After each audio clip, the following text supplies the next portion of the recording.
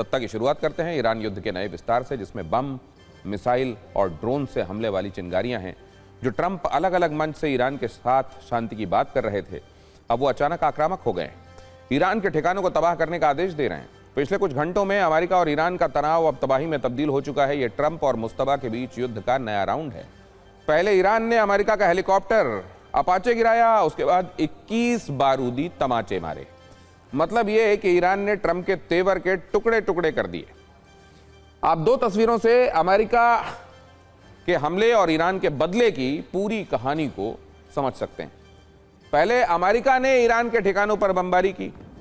America ने Iran के दक्षिणी तटीय इलाकों में एयर डिफेंस और रेडार ठिकानों पर हवाई हमले किए। होर्मुज के पास ईरान के कई रेडार और एयर डिफेंस सिस्टम तबाह करने का अमेरिका ने दावा किया। बड़ी बात यह है कि इस हमले के कुछ ही घंटों के भीतर ईरान ने अमेरिका के को 21 बारूदी तमाचे मारकर बदला लिया। अमेरिका के 21 ठिकानों पर हमले किए। ये सिर्फ बदला नहीं था, बल्कि ट्रंप के लिए संदेश था, हर हमले का जवाब दिया जाएगा। ईरान हर फ्रंट पर लड़ने के लिए तैयार है। ईरान ने सिर्फ बदला नहीं लिया, बल्कि आगे होने वाले भीषण हमलों के संकेत भी दे दिए। IRGC ने अमेरिका को अपनी पूरी ताकत दिखाई है। दावा है ईरान ने अमेरिकी MQ-9 रीपर ड्रोन को नष्ट किया। ईरान ने MQ-9 ड्रोन गिराने का वीडियो भी जारी किया है। दावा है दक्षिणी ईरान के बुशर प्रांत के ऊपर MQ-9 बेड़े का 20% हिस्सा तबाह किया गया है। सही मायने में देखें तो पिछले कुछ घंटों में ईरान ने अमेरिका को 2 बड़े झटके दिए। पहले एडवांस हेलीकॉप्टर अपाचे को गिराया, जिसके बाद युद्ध के इस राउंड की शुरुआत हुई। उसके बाद अब MQ-9 रीपर ड्रोन को नष्ट किया। ईरान की नई शक्ति का वीडियो विश्लेषण आगे भी करेंगे, जिससे आपको अंदाजा हो जाएगा कि ट्रंप की चिंता अचानक बढ़ क्यों गई है। यही वजह है कि ईरान को लेकर ट्रंप शुरू से कंफ्यूज्ड दिखाई दे रहे हैं। ट्रंप के कंफ्यूजन को 4 बयानों और घटनाओं से आप समझ सकते हैं। पहले ट्रंप शांति की बात कर रहे थे, सोशल मीडिया पर पोस्ट कर रहे थे कि ईरान में बड़े नेताओं के साथ उनकी डील हो रही है। ईरान अमेरिका की कई शर्तों को मान सकता है, लेकिन ईरान की तरफ से आधिकारिक रूप से किसी ने ट्रंप का समर्थन किया नहीं। ईरान हमेशा अपनी शर्तों पर टिका रहा, लेकिन ट्रंप बयान बदलते रहे।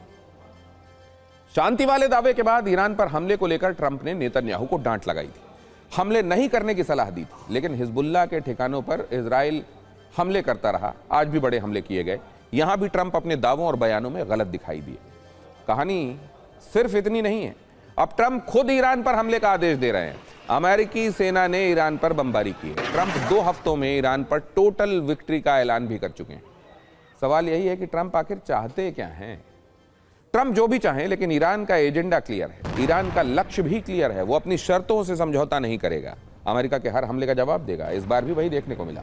अमेरिकी हमले के कुछ घंटों के भीतर ही ईरान ने बदला ले लिया। इसकी पूरी कहानी हम आपको वीडियो के साथ दिखाते हैं। ईरान ने 3 देशों में 21 अटैक किए। हर जगह अमेरिका के सैन्य बेस को टारगेट किया गया है। बहरीन में 5वें बेड़े पर प्रहार किया गया। बहरीन में अमेरिकी नेवी बेस पर कई मिसाइलें दागी गईं। अमेरिकी 5th फ्लीट मुख्यालय के पास भीषण धमाके हुए। बहरीन में ईरानी मिसाइल हमलों के बाद एयर रेड अलर्ट जारी किया गया।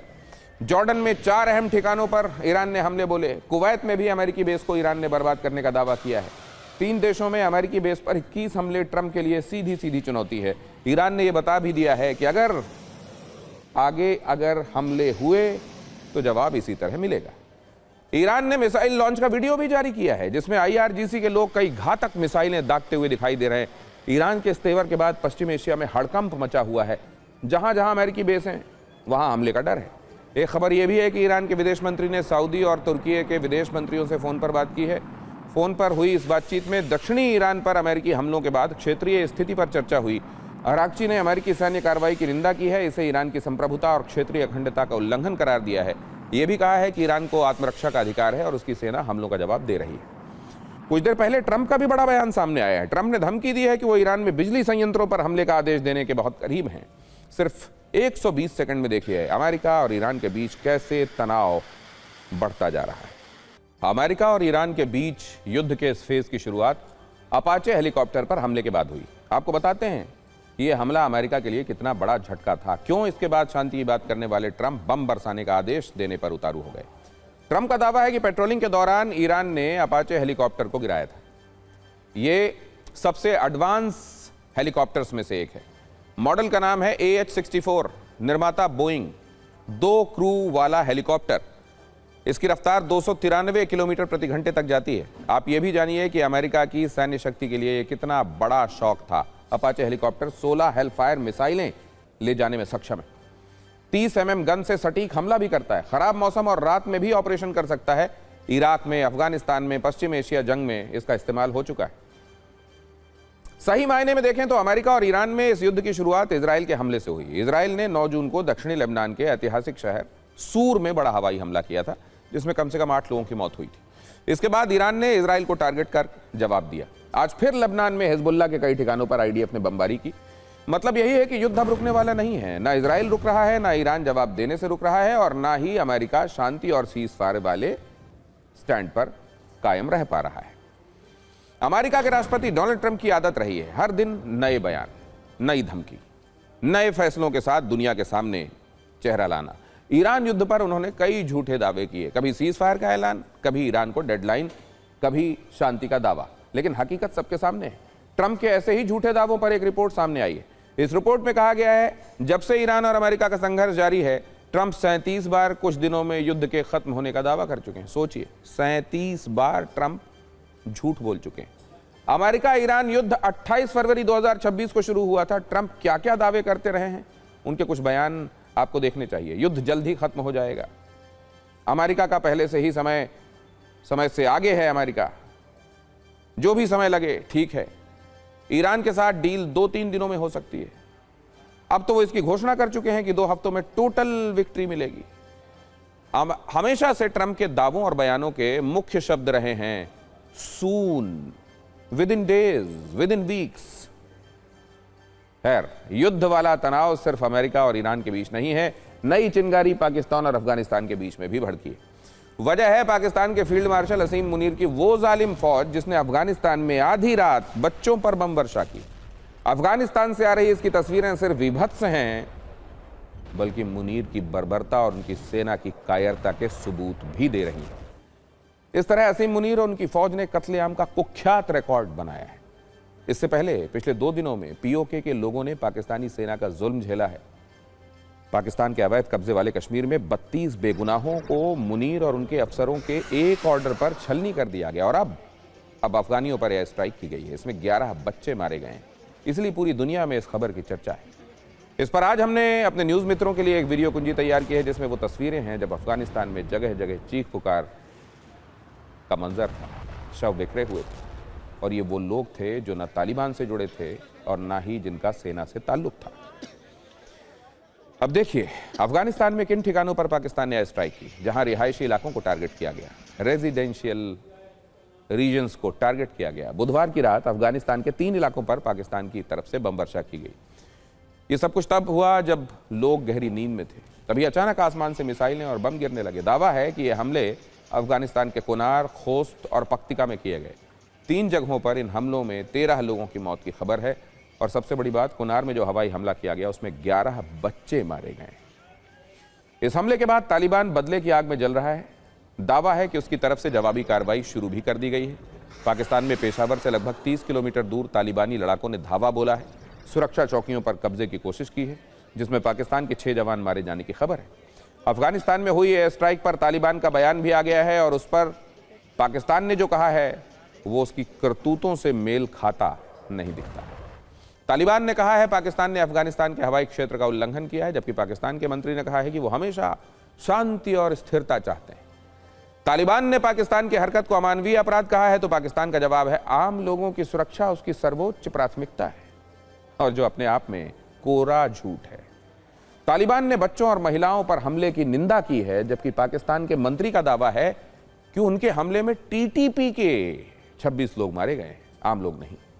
तालिबान ने कहा है पाकिस्तान ने रिहायशी इलाकों पर जो हमला किया और बच्चों की हत्या की उसका बदला जरूर लिया जाएगा, जबकि पाकिस्तान कह रहा है कि उसने आतंकी ठिकाने टारगेट किए हैं और ऐसी कार्रवाई आगे भी चलती रहेगी।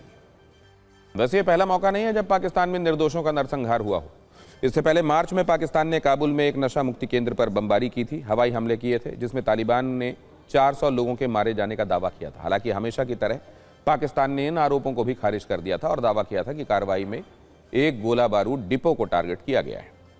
इससे पहले अक्टूबर 2025 में भी तालिबान ने पाकिस्तान पर पख्तिका प्रांत में एयर स्ट्राइक करने का आरोप लगाया था और दावा किया था कि इन हमलों में 3 अफगानी क्रिकेटर्स की मौत हुई है, लेकिन पाकिस्तान ने तब भी इसको स्वीकारा नहीं था और पाकिस्तान अब भी बच्चों के कत्लेआम का दाग छिपाने की पूरी कोशिश शिद्दत से कर रहा है। अफगानिस्तान में मुनीर फौज के जुल्म के बाद आपको पाकिस्तान के अवैध कब्जे वाले कश्मीर का हाल भी बता देते हैं, जहां तनाव लगातार बढ़ता जा रहा है। पीओके में विद्रोह की आंधी चल रही है। प्रदर्शन के दौरान अब तक 32 लोगों के मारे जाने की खबर है और 200 से ज्यादा घायल हैं। लेकिन टेंशन आज भी भरपूर है। 7 बड़े अपडेट्स क्या हैं, पहले वो देखिए। कल हुई हिंसा और हत्या के बाद ज्वाइंट अवामी एक्शन कमेटी ने आज पीओके के कई हिस्सों में बंद का ऐलान किया है। विद्रोह भड़कने के डर से इंटरनेट पर बैन लगा दिया गया है और विरोध की आवाज दबाने के लिए बड़ी तादाद में सुरक्षा बल लगाए गए हैं। मुजफ्फराबाद, रावलकोट समेत कई इलाकों में तनाव जैसी स्थिति बनी हुई है और इस बीच ज्वाइंट अवामी एक्शन कमेटी से जुड़े नेताओं पर एक्शन हो रहे हैं। कई नेताओं के खिलाफ देशद्रोह समेत गंभीर मामले दर्ज किए गए हैं। तो 4 नेताओं की गिरफ्तारी पर 1 करोड़ का इनाम तक घोषित कर दिया गया है। पीओके आजादी के नारों से गूंज रहा है। सेना के जुल्म के खिलाफ लोग एकजुट हो रहे हैं। इससे मुनीर और उसकी फौज के हाथ पांव फूले हुए हैं। लोगों को खामोश करने के लिए बड़ी संख्या में सुरक्षा बल की तैनाती की गई है। इसमें 14,000 अतिरिक्त फोर्स है, 6,000 फ्रंटियर कांस्टेबल्स तैनात हैं, 5,000 पाकिस्तानी रेंजर्स मौजूद हैं और इसके अलावा इस्लामाबाद पुलिस के 2,000 जवान और सिंध पुलिस के 1,000 जवान भी यहां तैनात किए गए हैं। और अब सत्ता में राजनीति की बात, जिसमें आज कुछ रिकॉर्ड बन रहे हैं, कुछ रिकॉर्ड टूट रहे हैं, कुछ पार्टियां टूट रही हैं और कुछ नेताओं के सांसद बनने के सपने अटके हुए हैं। सत्ता की राजनीतिक कुंजी में सब कुछ है, लेकिन शुरुआत करते हैं पीएम मोदी के उस रिकॉर्ड से जिसका जश्न बीजेपी नेता और उनके कार्यकर्ता पूरे देश में मना रहे हैं। पीएम मोदी ने आज 10 जून को सबसे लंबे समय तक निर्वाचित प्रधानमंत्री बनने का रिकॉर्ड अपने नाम कर लिया। नरेंद्र मोदी ने 26 मई 2014 को पीएम पद की शपथ ली थी। आज उनके कार्यकाल के 4,399 दिन पूरे हो गए। केंद्रीय कैबिनेट मंत्री और एनडीए नेताओं ने इस मौके को खास बनाया। दिन में केंद्रीय मंत्रिमंडल की बैठक में मंत्रियों ने पीएम मोदी के स्वागत में खड़े होकर तालियां बजाईं। साथ ही पीएम मोदी को बधाई देने के लिए विशेष प्रस्ताव भी पारित किया गया। दोपहर के बाद भारत मंडपम में एनडीए नेता और एनडीए शासित राज्यों के सीएम की बैठक हुई। इसमें बीजेपी और एनडीए शासित 22 राज्यों और केंद्र शासित क्षेत्रों के सीएम, डिप्टी सीएम समेत प्रमुख नेता शामिल हुए। बैठक में मोदी के इस रिकॉर्ड पर बधाई प्रस्ताव पारित किया गया और पीएम मोदी का सम्मान किया गया। इस मौके पर चंद्रबाबू नायडू ने कहा कि पीएम मोदी दुनिया के सबसे लोकप्रिय नेता हैं। इससे पहले पीएम मोदी की इस उपलब्धि पर पूरे देश में एनडीए और बीजेपी के नेता, सांसद, केंद्रीय मंत्री मंदिरों में उन्होंने पहुंचकर पूजा किया और हवन किया। हालांकि कांग्रेस पीएम मोदी के लंबे कार्यकाल वाले रिकॉर्ड से खुश नहीं है। पीएम मोदी के रिकॉर्ड पर कांग्रेस ने कहा है कि ये खुद से घोषित और संदिग्ध तरीके से गढ़ी गई उपलब्धि है। उनके कार्यकाल में लोकतंत्र की हत्या हो रही है।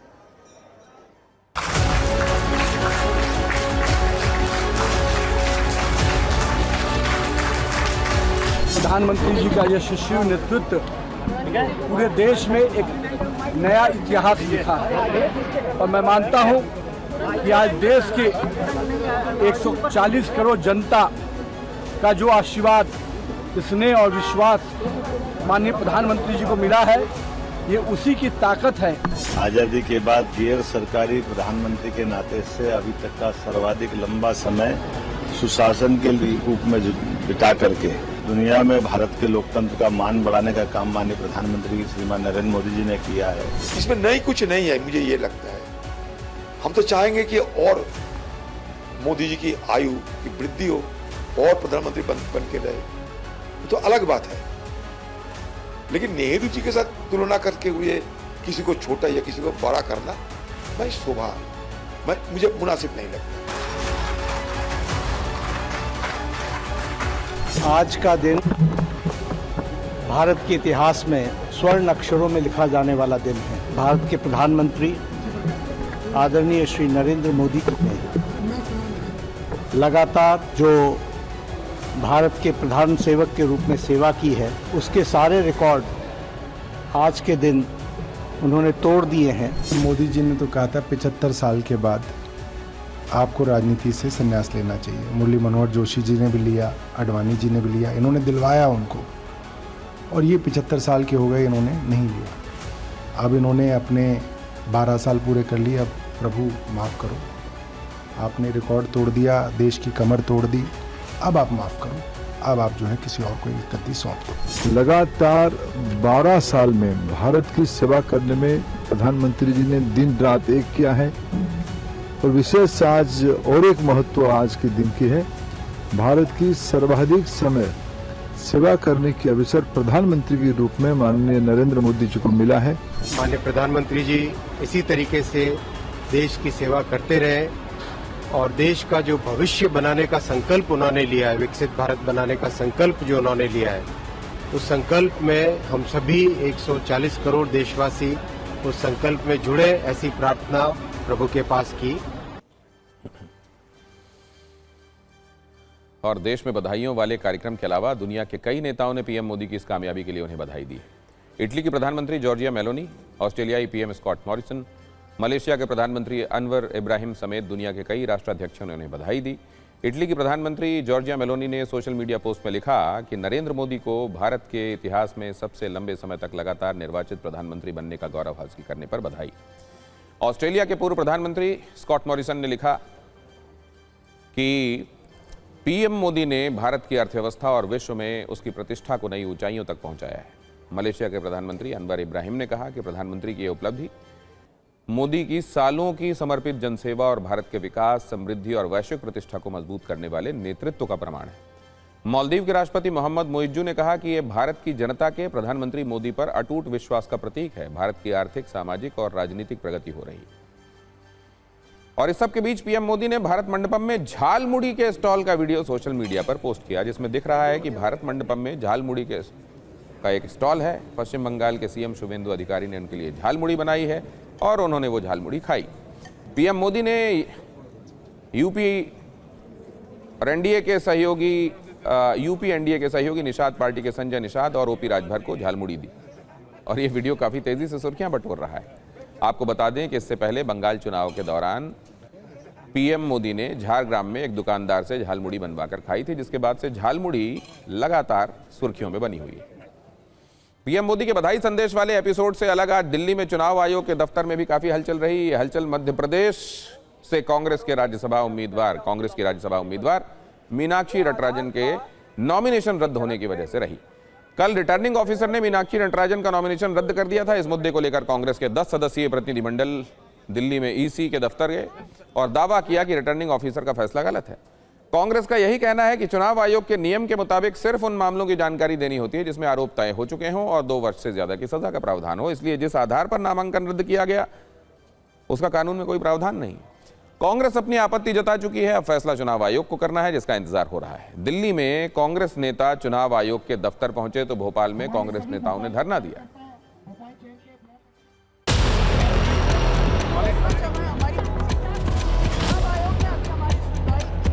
देखिए, हमारा आज भी संवैधानिक संस्थाओं पर पूरा उम्मीद है, इसीलिए हम ये लड़ाई लड़ रहे हैं।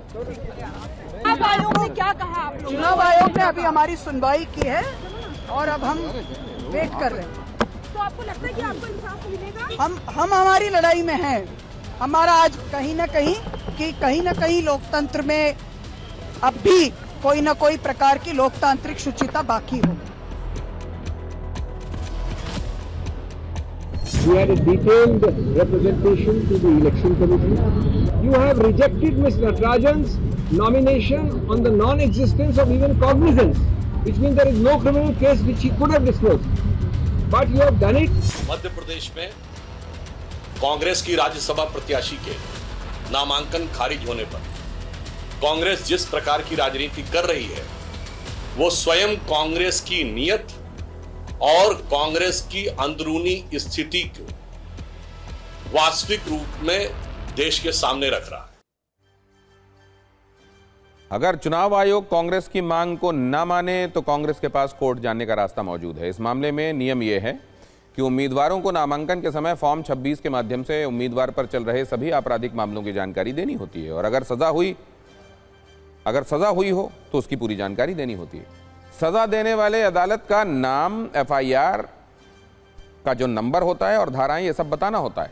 आरोप या अपराध का संक्षिप्त ब्यौरा देना होता है और तो और सजा के खिलाफ लंबित अपील की जानकारी भी देनी जरूरी है। अगर नामांकन रद्द करने के कारणों को देखें तो फॉर्म 26 में महत्वपूर्ण जानकारी छिपाना या गलत जानकारी देना जैसे आपराधिक मामले, संपत्ति, देनदारियां, शैक्षणिक योग्यता को गलत बताना या छिपाना नियमों का उल्लंघन है। नामांकन की जांच के दौरान रिटर्निंग ऑफिसर उम्मीदवारी रद्द कर सकता है। इन दोनों खबरों के बाद अब बात टीएमसी में हो रही टूट फूट की भी। आज लगातार तीसरे दिन टीएमसी को झटका लगा। टीएमसी की राज्यसभा सांसद सुष्मिता देव ने पार्टी और पद से इस्तीफा दे दिया। राज्यसभा सभापति सीपी राधाकृष्णन ने उनका इस्तीफा मंजूर कर लिया। इससे पहले 8 जून को शुभेंदु शेखर ने भी इस्तीफा दे दिया था। आज इस्तीफा देने के साथ ही सुष्मिता देव असम के सीएम हेमंत बिस्व शर्मा से मुलाकात करने भी गई, जिसकी तस्वीरें भी रिलीज हुई। और इन तस्वीरों के साथ ही ये भी चर्चा है कि सुष्मिता देव बीजेपी में शामिल हो सकती हैं। हालांकि सुष्मिता देव ने इसको लेकर स्पष्ट कुछ नहीं कहा, बीजेपी ने भी कुछ अपनी तरफ से साफ नहीं किया। आपको बता दें कि सुष्मिता देव असम के सिलचर क्षेत्र से विधायक और सांसद रह चुकी हैं। ममता बनर्जी ने उन्हें असम में टीएमसी के प्रसार का जिम्मा दिया था और राज्यसभा सदस्य भी बनाया था। हालांकि उन्होंने आज ममता बनर्जी पर कुछ भी बोलने से इनकार कर दिया और कहा कि व्यक्तिगत और राजनीतिक कारणों से उन्होंने इस्तीफा दिया है।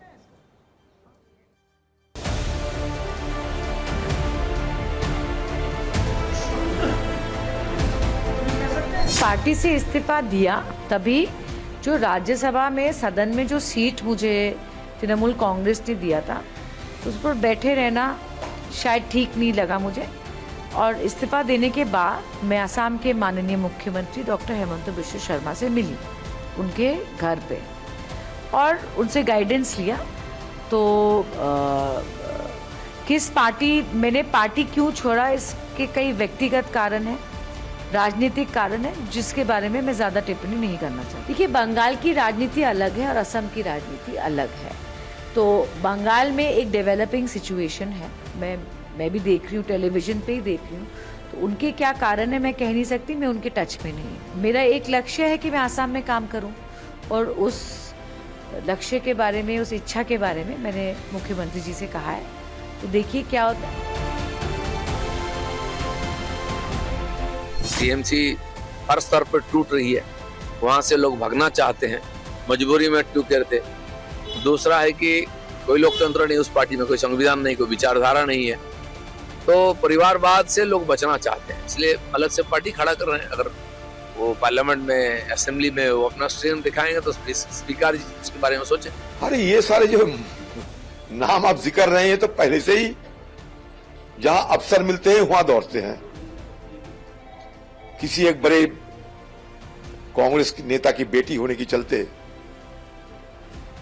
हर जगह जान पहचान तो थी और बस उसको इस्तेमाल करते हुए कभी कांग्रेस पार्टी की एमपी, कांग्रेस पार्टी के महिला प्रधान, राष्ट्रीय महिला प्रधान, कभी टीएमसी, अभी टीएमसी से बीजेपी। तो ये अवसरवादियों के बारे में क्या कहें, मैं कहीं भी जा सकते हैं। बहुत सारे उनके जो एमपीज हैं, वो लोकसभा हो या राज्यसभा वाले हो, ममता बनर्जी और उनकी पार्टी से खपा है। क्यों खपा है मालूम नहीं, वो तो वो ही बता पाएंगे। अब वो रिजाइन करेंगे, क्या करेंगे, उनकी बात है। वो तो अप टू दैट एमपी, वो एमपी क्या करेगी वो तो हम नहीं बोल सकते ना। ऐसे तृणमूल कांग्रेस नामक जो पार्टी है वो आने वाले समय में साइन बोर्ड तक रह जाएगी। उसके बाहर तृणमूल कांग्रेस नाम की कोई पार्टी नहीं रहेगी, ऐसा मुझे लगता है। सुष्मिता देव टीएमसी से पहले कांग्रेस में थी। उन्हें राहुल गांधी के बेहद करीबी नेताओं में गिना जाता था। तब उन्होंने कांग्रेस छोड़कर ममता बनर्जी के साथ जाने का फैसला किया था। अब जब उन्हें ममता बनर्जी का करीबी माना जा रहा था तो उन्होंने टीएमसी को भी छोड़ दिया। सुष्मिता देव के पिता संतोष मोहन देव असम के एक प्रमुख कांग्रेसी नेता थे। पहले राजीव गांधी की सरकार और बाद में मनमोहन सिंह के नेतृत्व वाली यूपीए 1 गवर्नमेंट में केंद्रीय मंत्री थे। उन्होंने लंबे समय तक असम की सिलचर लोकसभा सीट का प्रतिनिधित्व किया। अब उनकी बेटी की राजनीति बीजेपी की तरफ टर्न लेती दिखाई दे रही है।